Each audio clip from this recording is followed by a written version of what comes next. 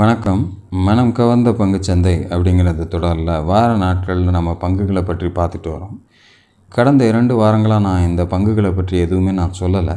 காரணம் என்னென்னா, பங்குச்சந்தையினுடைய இறக்கம் எப்படி இருக்குது அப்படிங்கிறத நீங்கள் முதல்ல பார்க்கணும். அதற்கப்புறம் தான் நான் இதை பற்றி உங்களுக்கு சொல்கிறதுக்கு சௌகரியமாக இருக்கும். அதற்கு முன்னாடி புதிதாக இணைந்துள்ள அத்தனை நல்ல உள்ளங்களுக்கும் என்னுடைய மனமார்ந்த நன்றிகள். உங்களுடைய லைக்ஸ், கமெண்ட்ஸ் மற்றும் சப்ஸ்கிரிப்ஷன் மூலிமா நீங்கள் கொடுத்துட்டு வர ஆதரவுக்கு மிக்க நன்றி.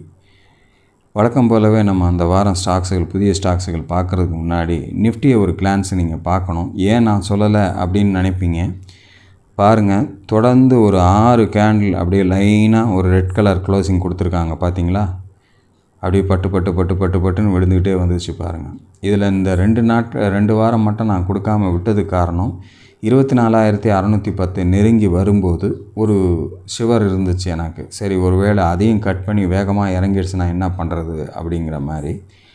ஆனால் இந்த வாரம் வெறும் 4 நாட்கள் தான் ட்ரேடிங் நடந்துச்சு. இருந்தாலும் போன வாரத்தை விட இந்த வாரம் கொஞ்சம் பெட்டராக நமக்கு இறக்கத்துலேருந்து ஒரு சின்ன ஒரு ஏற்றத்தை கொடுத்து 24,610க்கு மேலே ஒரு க்ளோசிங்கை கொடுத்து ஒரு மனசில் ஒரு லைட்டாக ஒரு சின்ன ஒரு தெம்பை கொடுத்துருக்கு. அவ்வளோதான். மற்றபடி பெருசாக சொல்கிறதுக்கு இல்லை. இருந்தாலும் இது கண்டினியூ ஆகணும் அப்படின்னா இந்த வாரத்துக்கும் முந்தின வாரமான, அதாவது போன வாரத்தினுடைய ஹையை கட் பண்ணி மேலே போகணும். 24,736 அதற்கு மேலே ஒரு க்ளோசிங்ஸ் வச்சுச்சு அப்படின்னா வரக்கூடிய வாரத்தில் கொஞ்சம் மார்க்கெட்டு திரும்புறதுக்கான வாய்ப்பு எடுக்குதுன்னு நம்ம எடுத்துக்கலாம். அப்படி அதற்கான சந்தர்ப்பம் அந்த வீக்லி க்ளோசிங்கில் கொடுக்கல அப்படின்னா நம்ம மறுபடியும் அடுத்தடுத்த இறக்கங்களை நோக்கி போகிறதுக்கு தயார்படுத்திக்குதுன்ற மாதிரி தான் நமக்கு தெரியும். எனிவே, உங்களுக்கு நாம் ஸ்டாக்ஸை சொல்லலை அப்படின்னு நினைக்கக்கூட தோணலாம். என்னடா சொல்கிறலாம் விட்டுட்டாங்களே அப்படின்னு நினைக்க தோணும். இருந்தாலும் இந்த மாதிரியான ஒரு சூழ்நிலையில் நானே எதுவும் செய்யாமல் தான் இருப்பேன் அப்படிங்கிறத நான் பலமுறை சொல்லிட்டேன். அதனால் இது அப்படி செய்யாமல் இருக்கும்போது ஒரு வீடியோ போடணுமே, 4 பேருக்கு சொல்லிவிட்டு அதை வீடியோவாக நம்ம கன்வெர்ட் பண்ணணுமேன்றதுக்காக நான் செய்கிறது கிடையாது. இந்த வாரம் கூட நான் அப்படி ஒன்றும் பெருசாக பிளான் பண்ணிடல. இருந்தாலும் எனக்கு ஏதோ என் கண்ணில் பட்ட ஒரு பர்டிகுலர் ஸ்டாக்ஸை சொல்லிடணும் அப்படிங்கிறதுக்காக தான் இந்த வீடியோ நான் எடுத்திருக்கேன். ஸோ நீங்களும் கேர்ஃபுல்லாக இருங்க. நான் சொன்ன மாதிரி இந்த பர்டிகுலர் வீக்கும் போன வாரமும் பார்த்திங்கன்னா கிட்டத்தட்ட இந்த 700 கிட்ட தான் தடைப்பட்டு நின்றுருக்கு. ஸோ அந்த 24,700க்கு மேலே ஒரு ஸ்ட்ராங் க்ளோசிங் கொடுக்கும்போது தான் நமக்கு பங்குச்சந்தை கொஞ்சம் மேலே நோக்கி திரும்புறதுக்கான வாய்ப்புகளை தருது அப்படிங்கிறத வீக்லி க்ளோசிங்கில் நம்ம பார்க்கும்போதே தெரியுது. அதை மனதில் வச்சுக்கோங்க. வரக்கூடிய வாரம் அப்படி ஒரு நல்ல சந்தர்ப்பங்களை கொடுக்கும்போது புது முயற்சிகளில் நம்ம ஈடுபடுறதுக்கு நம்ம கொஞ்சம் தைரியமாக தயாராகலாம் அப்படிங்கிறதுக்காக தான் நான் முதல்ல உங்களுக்கு இந்த நிஃப்டி எடுத்து காமிச்சிருக்கேன். இனி இந்த வாரத்துக்கான என்னுடைய ஒரு தேர்வு அப்படின்னு இருக்கக்கூடிய ஸ்டாக்கை உங்களோட நான் பகிர காத்து கொண்டு இருக்கேன். பார்க்கலாம், இந்த வாரத்துக்கான ஸ்டாக் என்னன்றதை பார்த்துடலாமா? இந்த வாரத்துக்கான ஸ்டாக் எத்தனால் லிமிடெட் 318 ரூபா 40 காசில் க்ளோசிங், இந்த வாரத்துக்கான க்ளோசிங். ஸோ இதை நான் ஏன் தேர்ந்தெடுத்தேன் அப்படின்றதுக்கு ஒரு காரணத்தை நான் சொல்கிறேன். கிட்டத்தட்ட 305க்கு மேலே ஒரு க்ளோசிங் கொடுத்து இந்த 2 வாரங்களில் மறுபடியும் கீழே மறுபடியும் 305க்கு மேலேயே கொண்டு போய் க்ளோசிங் கொடுத்துருக்காங்க. என்னை பொறுத்தளவில் இந்த பர்டிகுலராக 318ங்கிறது 320க்கு மேலே அடுத்தபடி மேலே போக ஆரம்பிச்சிச்சின்னா முதல் லெவலாக 334 அப்படிங்கிற ஒரு இன்ட்ரீம் லெவலுக்கு போகிறதுக்கான வாய்ப்புகள் இருக்கும் அப்படிங்கிறதுக்காக நான் இதை தேர்ந்தெடுத்தேன். அதுக்கு அடுத்தபடியாக இதை தாண்டி ஒரு ஸ்ட்ராங் க்ளோசிங் கொடுத்துச்சு அப்படின்னா 372 அப்படிங்கிற அடுத்த லெவலுக்கு போகிறதுக்கான வாய்ப்புகள் இருக்கும். அதையும் தாண்டி ஒரு ஸ்ட்ராங் க்ளோசிங் கொடுத்தாங்கன்னா 414 அப்படிங்கிற 3வது லெவலுக்கு இந்த பர்டிகுலர் ஸ்டாக் போகிறதுக்கான சான்சஸ் இருக்கும். 305 ஒரு முக்கியமான சப்போர்ட் ஏரியா. அதை கடந்து கீழே வந்துச்சு அப்படின்னா 265 வரைக்கும் வர்றதுக்கான வாய்ப்புகள் ஆகிடலாம். ஸோ கொஞ்சம் ஜாகிரதையாகவே இதில் சரியாக அடுத்த வாரம் செயல்பட்டால் மட்டும் நம்ம இதில் முயற்சிகளை எடுக்கலாம். எந்த லெவலில் வேணாலும் நீங்கள் எக்ஸிட் பண்ணிங்க. நம்ம 372 சொல்லியிருக்கமேனு 334 வரும்போது கொஞ்சம் கேர்லெஸ்ஸாக இருந்துடாதீங்க. வாட்ச் பண்ணுங்கள். அது பொறுமையாக அந்த லெவலை தாண்டி மேலே போகுதான்னு பாருங்கள். அப்படி கடந்து செல்லலை அப்படின்னா டக்குன்னு ஒரு எக்ஸிட்டை எடுத்து அந்த இடத்துல உங்களுக்கு ஒரு நல்ல ஒரு சொற்பமான ப்ராஃபிட் கிடச்சா கூட வெளியில் வந்துடுங்க.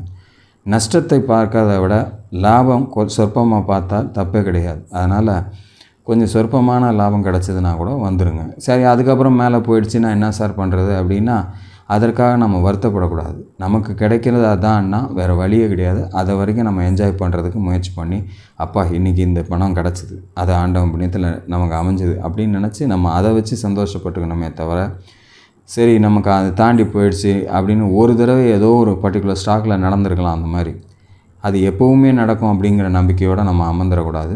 ஸோ சரியாக வாட்ச் பண்ணுங்கள். அந்த 334க்கு மேலே ஒரு ஸ்ட்ராங் க்ளோசிங் கொடுத்தா வெயிட் பண்ணி 372 முயற்சி பண்ணுங்கள். 372க்கு மேலே அதுக்கு தான் நம்ம ஒவ்வொரு தடவையும் ஒவ்வொரு ரெசிஸ்டன்ஸ் லெவலும் சொல்லும்போதும் 334க்கு மேலே ஒரு ஸ்ட்ராங் க்ளோசிங் கொடுத்தா 372, 372க்கு மேலே ஒரு ஸ்ட்ராங் க்ளோசிங் கொடுத்தா 414 அப்படின்றதெல்லாம் கொஞ்சம் தெளிவுபட நம்ம சொல்கிறதுக்கு காரணங்களே நீங்கள் தெரிஞ்சுக்கணும். அதை பற்றி தெரிஞ்சுக்கிட்டு அதை பற்றி நீங்கள் புரிஞ்சுக்கிட்டு நீங்கள் அதில் இன்வெஸ்ட் பண்ணணும் அப்படிங்கிறதுக்காக தான் சொல்கிறது.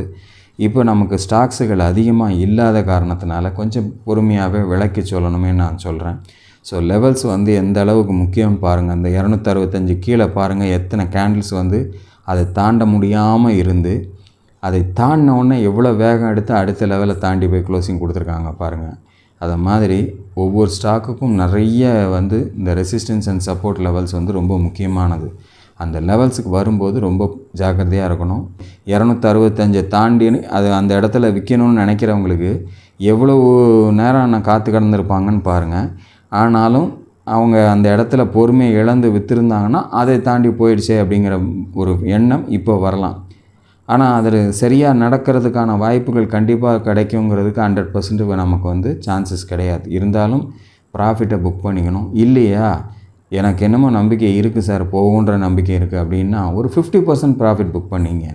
அதுக்கப்புறம் அது சந்தர்ப்பம் விட்டுட்டு கீழே நம்ம வாங்கின ப்ரைஸுக்கே வந்தாலும் அந்த இடத்துல க்ளோஸ் பண்ணால் கூட நஷ்டங்கிறது பெருசாக நமக்கு இருக்காது அப்படிங்கிறத மனதில் வச்சுக்கோங்க. ஸோ இதுதான் இந்த வாரத்துக்கான என்னுடைய தேர்வு. ஸோ எத்தனால் லிமிட்டெட் மட்டும்தான் நான் உங்களுக்கு தேர்ந்தெடுத்திருக்கேன். நிறைய ஸ்டாக்ஸுகள் இருக்குது, விலை உயர்ந்த ஸ்டாக்குகளாக இருக்குது. அது எல்லாருக்கும் பிடித்த மாதிரி இருக்காது அப்படிங்கிற ஒரே காரணத்தினால தான் நான் அதிகமாக போகலை. இது ஒரு பர்டிகுலர் ஸ்டாக் மட்டும் என் கண்ணில் பட்டதுனால காரணத்தையும் நான் சொல்லிடுறேன். இந்த பர்டிகுலர் ஸ்டாக் ஏன் நம்ம தேர்ந்தெடுத்துகிறோம்னா இயர் டாப்பில் இருக்குது. இந்த பர்டிகுலர் ஸ்டாக் இயர் டாப்பில் இருந்துகிட்ருக்கு. ஸோ இது தாண்டி போகிறதுக்கான வாய்ப்புகள் தொடர்ந்து எடுத்துச்சு அப்படின்னா நமக்கு இந்த 3 லெவல்ஸை நமக்கு தொடர்ந்து கிடைக்கிறதுக்கு, அதாவது 334, 372, 414 கிடைக்கிறதுக்கு வாய்ப்புகளாக இருக்கும். ஸோ நீங்களும் பொறுமையாக ஆராய்ந்து பாருங்கள். உங்களுக்கு அதில் திருப்தி இருந்துச்சு, சரி இந்த பர்டிகுலர் ஸ்டாக்கில் நம்ம இன்வெஸ்ட் பண்ணலாம், நமக்கு டெஃபினட்டாக நல்ல ஒரு ரிசல்ட் கிடைக்குங்கிற நம்பிக்கை இருந்துச்சுன்னா மட்டும் உங்களுடைய இன்வெஸ்ட்மெண்ட்டை இந்த பர்டிகுலர் ஸ்டாக்கில் கொண்டு போங்க.